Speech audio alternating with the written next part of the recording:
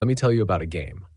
Not just a game in the literal sense, but a digital reflection of real life, a simulation of strategy, chaos, and survival. It's called Apex Legends. On the surface, it's a first person shooter, a competitive arena where squads of three drop onto an island, scavenge for weapons and armor, and fight to be the last team standing. But beneath that glossy layer of gunfire and sci fi, there's something far more important happening. There's a mirror being held up to our world. And if you look into it, you might see yourself, your job, your career, your struggle to survive, and maybe, if you're paying close enough attention, the path to freedom. In Apex Legends, every match begins the same way. You're launched into the sky with your squad, staring down at a massive map littered with abandoned buildings, supply bins, and danger. You choose where to land. That choice is everything. Land in a hot zone, and you're diving headfirst into immediate conflict. Land too far out, and you might survive longer, but you'll be under-equipped when it matters most. This is the job market. Some people graduate and drop straight into New York finance, Silicon Valley tech, or Washington think tanks. Others play it safe, regional businesses, retail, trade schools. Neither approach guarantees success. You're either fighting 10,000 other applicants on day one, or you're left scavenging in quiet zones, hoping to find scraps no one else wants. There is no fair distribution. There is only the map and the decision you make the moment you leave the dropship. But the drop is just the beginning. Once you hit the ground, you have to loot quickly. You scramble to find anything useful: a gun, some armor, a backpack, medkits. Everything is randomized. You could open a door and find exactly what you need, or nothing at all. This is the resume grind. Some people send out 5 applications and get 5 callbacks. Others, like the man I once saw in a YouTube comment, send over 2,000 applications into the void before one company even acknowledges they exist. That's not determination. It's insanity masked as normalcy. And that, tragically, is the design of the modern job market, a chaotic loot box with human souls inside. The longer you play, the smaller the map becomes.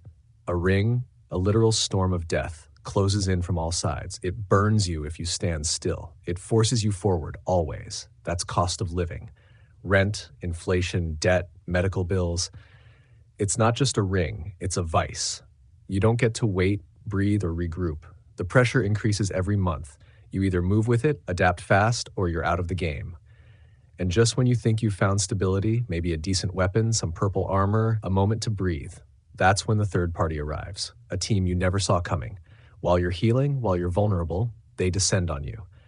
In Apex, this is the most feared moment. In real life, it's layoffs, market crashes, AI automation, a company that ghosts you after 5 rounds of interviews. You were playing fair. The system wasn't. Let me tell you about teammates. In Apex, you can queue with friends or be thrown in with strangers. Your success often depends less on skill and more on coordination, pinging loot, reviving teammates, covering fire.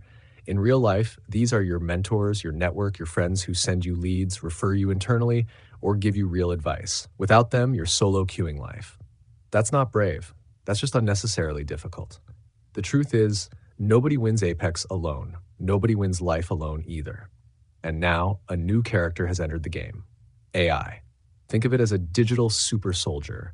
Quicker, cheaper, tireless. It doesn't sleep, doesn't complain, and doesn't need health insurance. It's taking your job interviews, it's writing your cover letters, it's doing the graphic design, the code, the analytics. In Apex terms, it's the unbalanced character everyone complains about in patch notes but can't do anything to nerf. The only way to survive? Play a different game. Or better yet, play a different role. Don't try to outshoot AI. Outthink it. Outconnect it. Be human in ways it can't be. Emotional intelligence, humor, ethics, originality. AI can copy everything but meaning, and that is still your weapon. In Apex, there's something called crafting. You collect materials and build gear you couldn't find naturally. In life, that's entrepreneurship, freelancing, online businesses. You couldn't find a decent job? Make one. You couldn't get into that company? Build a company they'd want to copy. Stop looting. Start crafting. The replicator is open. All it needs is your courage to use it. Every legend in Apex has abilities. One can teleport, another can scan enemies, another drops shields. The trick isn't to copy the strongest, it's to master your own kit.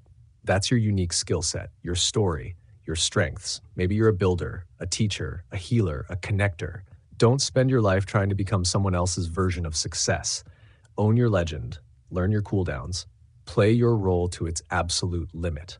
There is no guaranteed win in Apex. Just like in life, you can play flawlessly and still get taken out by an unseen sniper or an unlucky ring pull.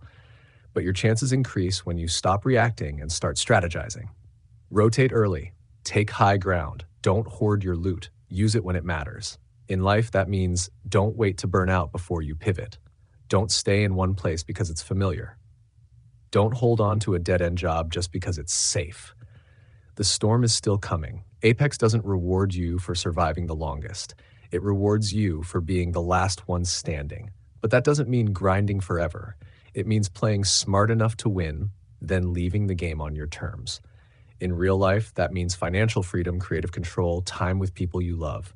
It means exiting the rat race, not with burnout, but with intention. So here's the truth. You're already in the game, whether you like it or not. The question is, are you just looting and hoping, or are you playing to win?